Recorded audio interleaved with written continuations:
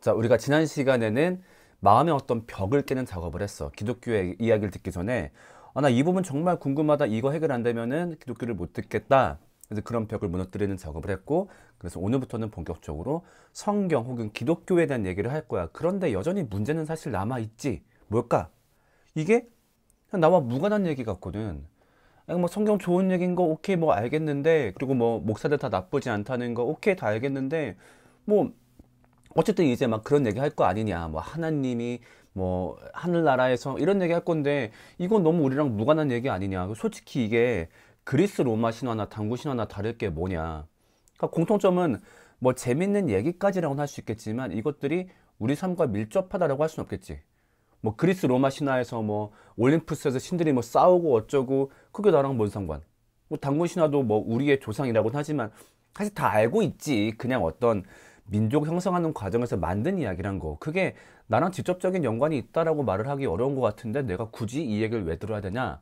라고 할지 모르겠는데 나는 성경이란 책은 그리고 기독교의 내용은 우리 삶과 굉장히 밀접한 연관이 있다라고 생각을 하거든. 왜냐면은 그 성경이 가장 집중하는 것 중에 하나가 뭐냐면은 우리 삶에 있는 죄. 이게 어디서 왔는지 그 출처를 밝혀주는데 굉장히 주력을 하고 있어. 그 죄의 출처를 밝혀주겠다.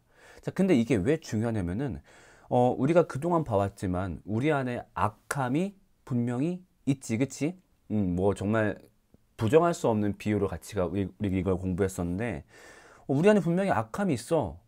근데 재밌는 건 뭐냐면은, 이 악함이 그냥 있을 수 있지라고 하기에는 그 이유를 알기가 어렵다는 거야. 인간한테 왜 이렇게 심한 악함이 있을까? 이거 아무리 생각해봐도 이거는 뭔가 자연적으로 발생했다라고 보기가 어려워. 그러니까 그렇게 말하는 사람들이 많아. 아, 인간이 갖고 있는 악함은 그냥 생존 본능 아닌가? 예를 들면 그런 거지. 어쨌든 자연 속에서 한정된 자원을 놓고 싸울 수밖에 없으니까. 예를 들면 뭐 개 다섯 마리 있는 곳에 뭐 개 간식 딱 하나 떨고 나봐. 그럼 다섯 마리가 싸우겠지. 그런 것처럼 인간들 또한 어떤 척박한 환경에서 살아가다 보면서 당연히 자기를 보호하고 자원을 획득하기 위해서 지금의 악함이 만들어진 게 아닐까? 즉, 잘 살아남기 위한 본능이 아닐까? 이렇게 설명을 많이 하거든? 자, 그런데 문제는 뭐냐면은 단순히 생존 본능으로 인간의 악함이 다 설명되지는 않는다는 거야. 예를 들면 이런 걸 볼까? 인간의 잔인성과 잔혹함. 자, 지금 나와 있는 이 건물은 뭐지? 로마의, 맞아요, 콜로세움이라는 건물이야. 자, 그런데 이 콜로세움의 목적은 뭐냐면은 로마 시민들이 즐겁게 해주는, 그러니까 지금으로 치면 뭐 CGV, 롯데시네마 이런 기능을 하는 게 바로 이 콜로세움이었거든. 자, 그럼 이 콜로세움에서 가장 인기 있었던 공연이 뭐였을까? 두 가지였어. 검투사쇼랑 사자밥쇼. 검투사쇼는 뭐였을까? 간단해. 그냥 그 전쟁포로 두 사람을 데리고 와서 풀어놓는 거야. 그 다음에 칼 던져줘. 그리고 뭐라고 얘기해? 야, 서로 죽여봐. 이게 끝이야. 그래서 서로 죽일 때까지 싸우고 결국 한 사람이 나머지 한 사람의 목을 자르는 걸 보고서 그걸 너무 보고 즐겨했지. 자, 그 다음 사자밥쇼는 뭐야? 어떤 정치적인 그런 범죄자 혹은 종교적인 범죄자, 사실은 뭐 범죄자라고 말하기 어렵겠지만 그런 사람들, 그러니까 특히나 연약한 여자 노인들을 그 콜로세움에 풀어놔. 그 다음에 반대쪽에는 며칠간 굶주렸던 사자를 풀어놓지. 어떻게 될까? 당연히 이 사자가 이 사람들을 잡아먹겠지, 산채로. 그 광경을 보면서 너무너무 사람들이 좋아하는 거야.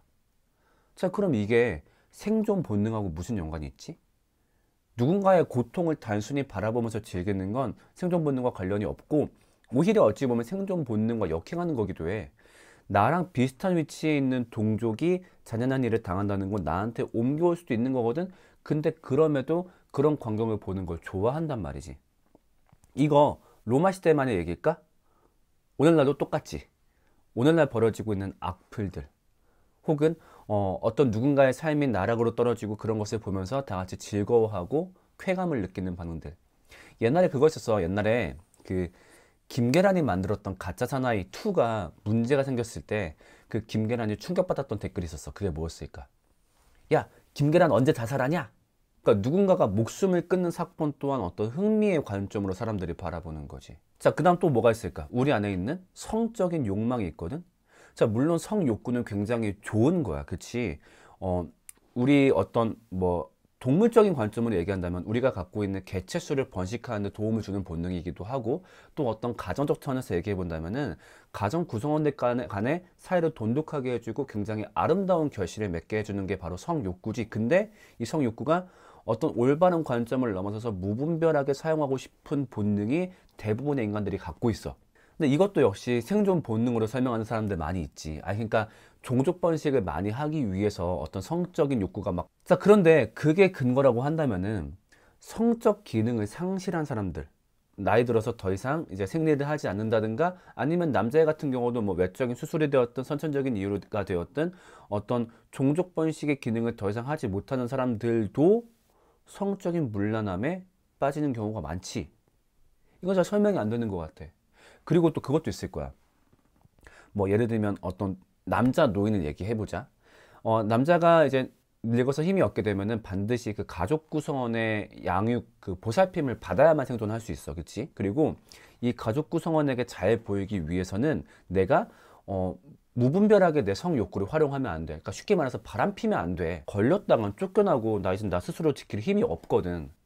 그런데도 바람을 핀다거나 잘못된 일을 하시는 경우가 많지. 자기 생존 본능에 불리함에도. 자, 그 다음에 우리 안에 악함 또 뭐 있을까? 중독 있지. 어떤 거에 빠지면은 그거를 자꾸 탐닉하고 싶어 하는 본능. 자, 이게 우리의 생존 본능에 도움이 될까? 우리의 생존에 전혀 도움이 안 되는 거지. 뭐 이건 구체적인 설명이 필요 없을 거야. 결론적으로 뭐냐면은 우리 안에 악함이 있는데 이거는 도움도 안 되는 게 너무너무 강하게 박혀 있어. 인간의 악함은 뭔가 다른 이야기가 있지 않을까?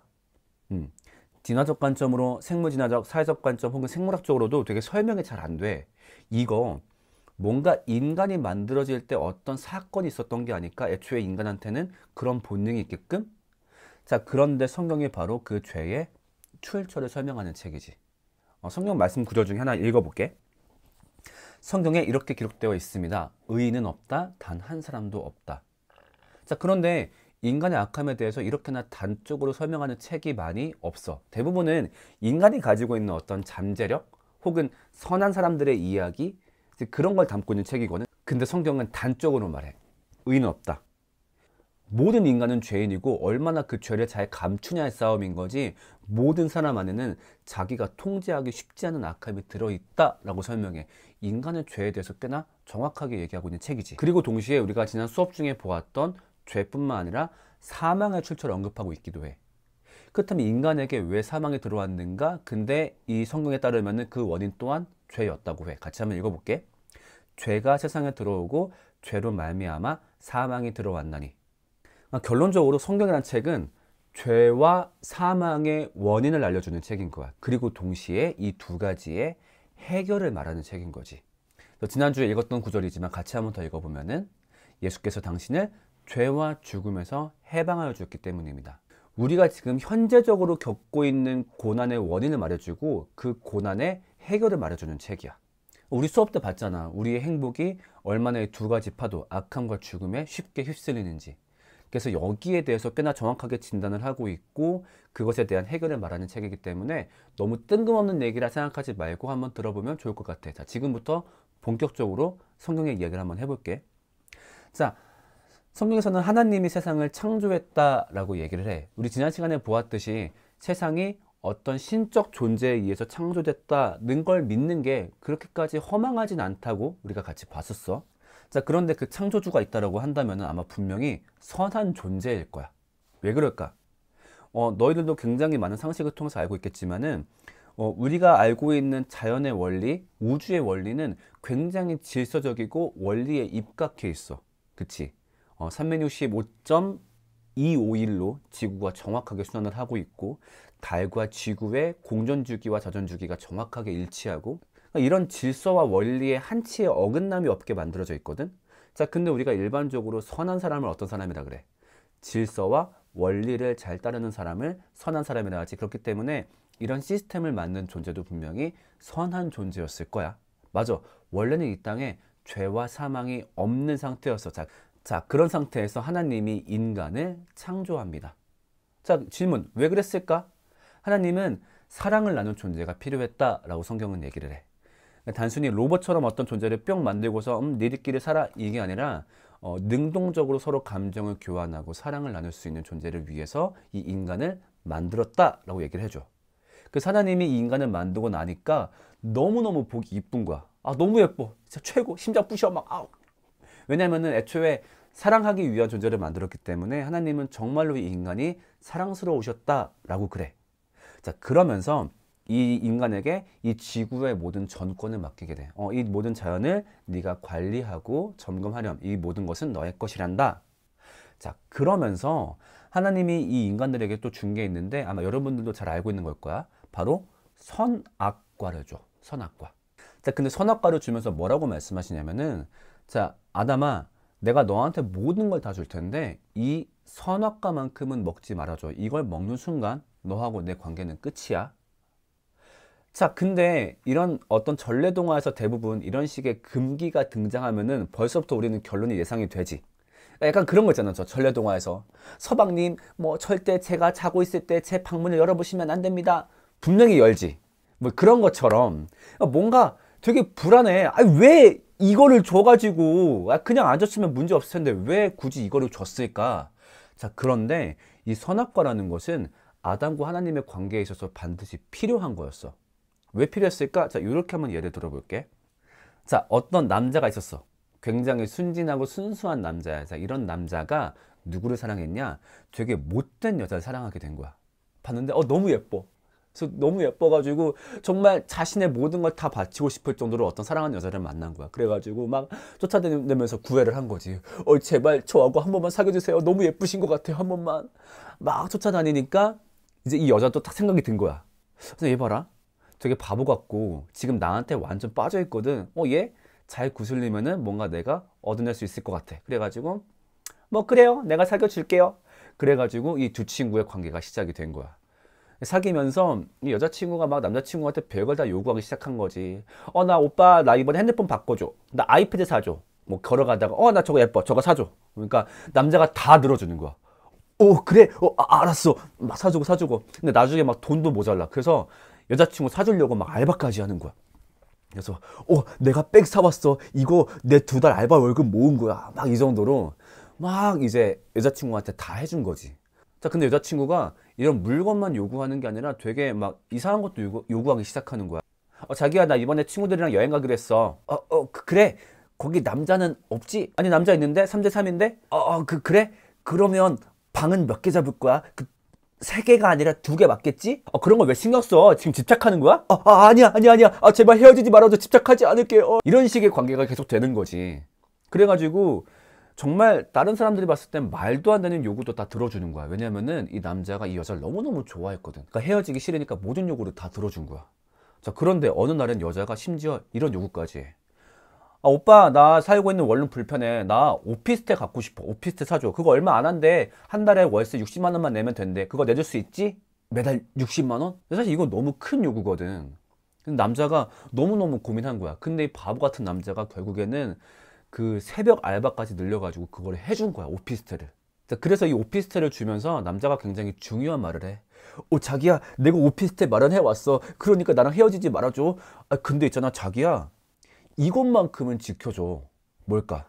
자기 있잖아. 내가 자기를 다 믿어주고 내가 모든 걸 다 해주잖아. 근데 자기가 딱 한 가지만 좀 지켜주면 좋겠어. 뭐냐면은 이 오피스텔에 남자를 들이는 건 하지 말아줘. 난 자기를 믿어. 우리 여행 갈 때도 자기를 믿고 다 믿고 하는데 최소한 자기한테 남자친구가 있다라는 사실은 기억해주면 좋겠어. 그리고 그걸 상징할 수 있는 행동이 이 오피스텔에 남자를 들이지 않는 행동인 것 같거든.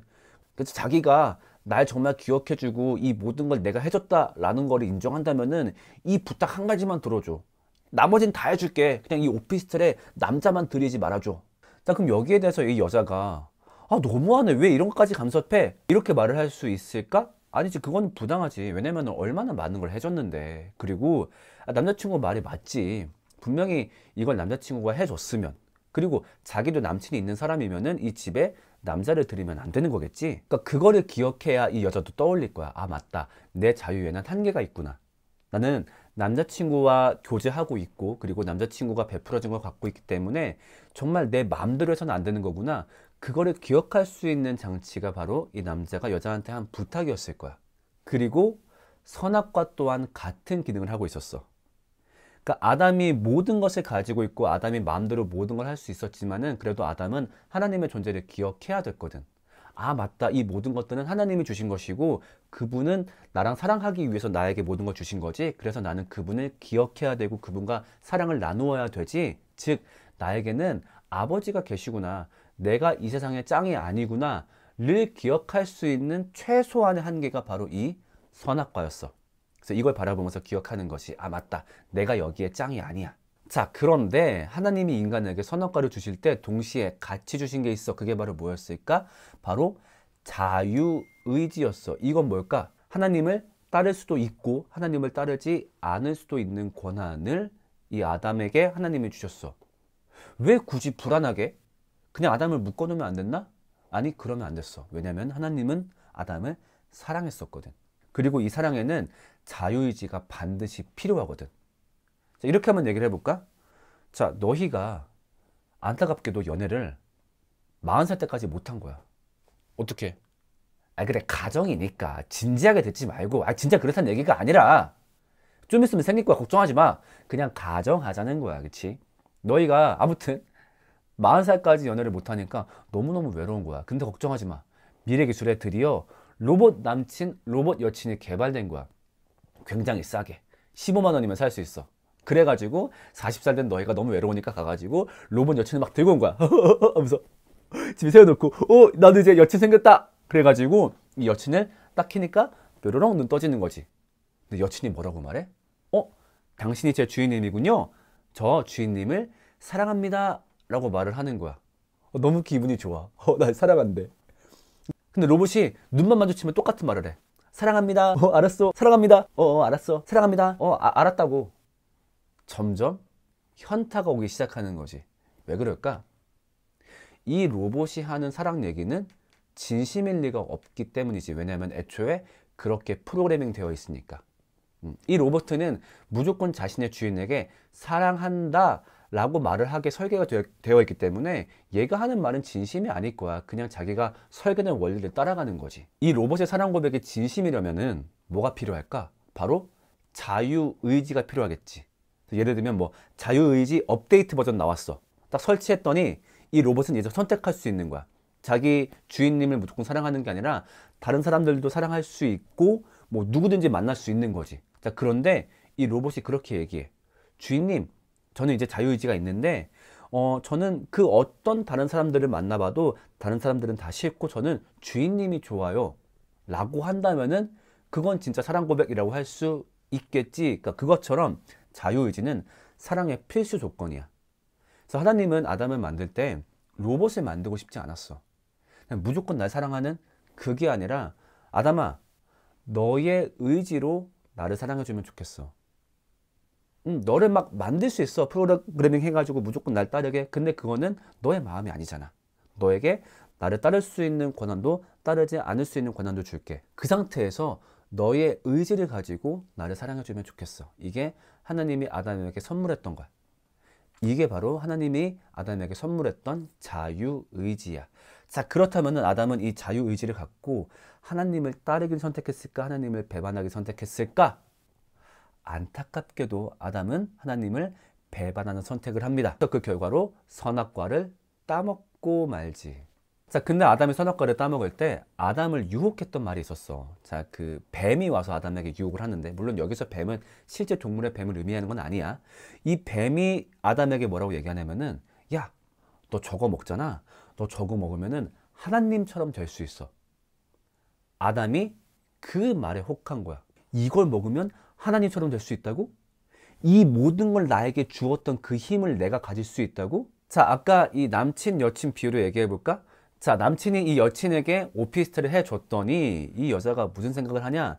이제는 이 오피스텔을 그냥 자기가 자기 명의로 갖고 싶은 거야. 그래가지고 몰래 다른 남자를 집안에 들여와서 그 남자와 부적절한 관계를 가진 다음에 그 남자와 짜고서 이 집을 몰래 자기 명의를 바꾸려고 막 계획을 했던 거지. 자, 그런데 그것을 남친한테 들키고 말았어. 이제 남친은 어떻게 하게 될까? 선을 넘었기 때문에 그 관계를 끊어버리고 말겠지. 그것처럼 그것을 계기로 하나님과 인간의 관계가 끊기게 돼. 얼마나 배신감이 컸겠어. 모든 걸 다 해줬는데 거기에 대한 응답이 감사와 기쁨이 아니라 오히려 내가 가진 것을 노리는 거였으니까. 자, 그러면서 하나님으로부터 공급되고 있는 두 가지가 끊기게 돼. 자, 하나님이 인간을 만들었으니까 하나님으로부터 생명이 나왔겠지. 자, 그리고 아까 하나님은 어떤 존재? 선한 존재. 이 두 가지의 공급이 끊기게 된 거야. 자, 그러면서 생명의 공급이 끊기면서 뭐가 들어왔을까? 사망이 들어왔고, 선의 공급이 끊기면서 뭐가 들어왔을까? 죄가 들어온 거지. 이 사건을 통해서 이 땅에서 시작이 되었던 거야. 모든 사람들이 이 여파를 받게 되었지. 이게 바로 성경이 설명하고 있는 우리의 악함과 죽음, 죄와 사망의 출처야. 우리가 신과의 관계를 끊으면서 신으로부터 공급되고 있었던 생명과 선이 끊기면서 우리에게 죄와 사망이 시작되었다. 그렇기 때문에 정말 인간들이 어찌할 수 없는, 쉽게 컨트롤할 수 없는 악함이 생긴 것이고, 또 인간이 마주할 수밖에 없는 사망이 그때부터 생겼다라고 얘기를 하지. 자, 그러면서 이 얘기가 여기서 끝나는 게 아니라 하나님이 굉장히 심각한 고민에 빠지게 돼요. 뭐냐면은, 자, 인간이 잘못했어. 잘못했으니까 얘를 어떻게 해야 되는데 얘를 어떡하나 고민에 빠진 거야.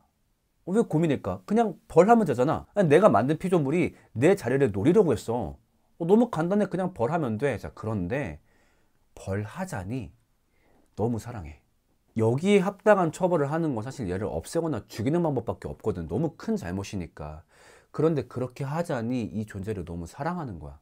내가 사랑하려고 만든 존재였거든. 그런데 그렇다고 가만 내버려 두자니 그거는 안 되거든. 왜냐면 하나님은 선한 존재야. 이 악한 것을 그냥 용인하고 품어버린다면은 하나님의 선의 질서가 무너지는 거거든. 그리고 또 이 일이 그냥 넘어간다면 비슷한 일이 또 발생할 위험도 있어. 분명히 이 인간을 벌하긴 해야 돼. 자, 근데 아까 봤던 것처럼 벌하자니 얘를 너무 사랑하거든. 그때부터 시작된 게 바로 신의 딜레마야. 벌하자니 사랑하고 냅두자니 너무 심각하고. 자, 그러면 하나님은 이 딜레마를 어떻게 해결했을까? 이 얘기는 우리가 다음 시간에 보도록 할게요. 우리는 다음 시간에 만납시다. 안녕.